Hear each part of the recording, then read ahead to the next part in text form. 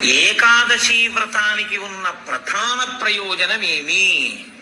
అది మృత్యువుని వచ్చినప్పుడు ఎలా ఉంటుందో తత్సంబంధమైనటువంటి తర్ఫీదు మనసుకు ఇచ్చుట.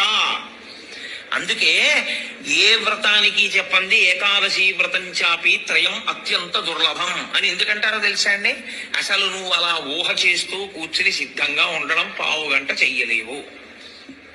మామూలు ఏకాదశి నాడు మీరు ఉపవాసం చేసేటప్పుడు పండు కాని కాయ కాని అథవా కాసిన పాలు కాని తాగితే ఉపద్రవం ఏం రాదు, దానికి దోషం పట్టదు శాస్త్రం. ఎందుకంటే శాస్త్రం ఉపవాసం మీద చర్చ చేస్తుంది. ఉపనిషత్తుల్లో ఆ విషయం ఉంది, వేదంలో ఆ విషయం ఉంది. ఎప్పుడెప్పుడు ఉపవాసం ఎలా చెయ్యాలి అన్నది ఉంది. ఆదివారం నాడు కాని పౌర్ణమి నాడు కాని అమావాస్య నాడు కాని రాత్రి ఉపవాసం మాత్రమే చెయ్యాలి. పగటిపూట ఉపవాసం చేయకూడదు. ఆదివారం నాడు రాత్రి ఏమీ తినకూడదు. పౌర్ణమి నాడు రాత్రి ఏమీ తినకూడదు. అమావాస్య నాడు రాత్రి ఏమీ తినకూడదు. ఆ ఉపవాస నియమం అక్కడ వరకే. పగటిపూట మీరు భోజనం చేసినా పలహారం చేసినా శాస్త్రం అడ్డు రాదు. సాధారణంగా శాస్త్రం ఏం చెప్తుందంటే 2 పర్యాయములు తీసుకోమని చెప్తుంది. 2 పర్యాయములు తీసుకోవచ్చు, కానీ ఇక రాత్రి వేళ తినకూడదు.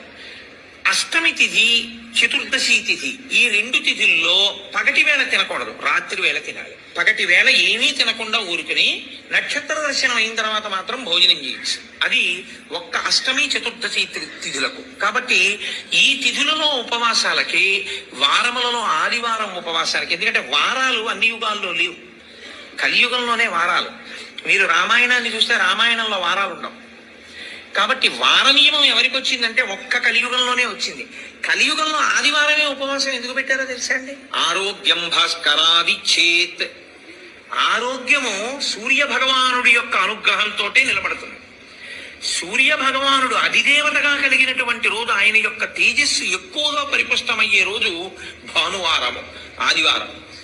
అటువంటి సూర్య భగవానుడి యొక్క అనుగ్రహం కలగాలి అంటే ఆదివారం నాడు ఉపవసించాలి.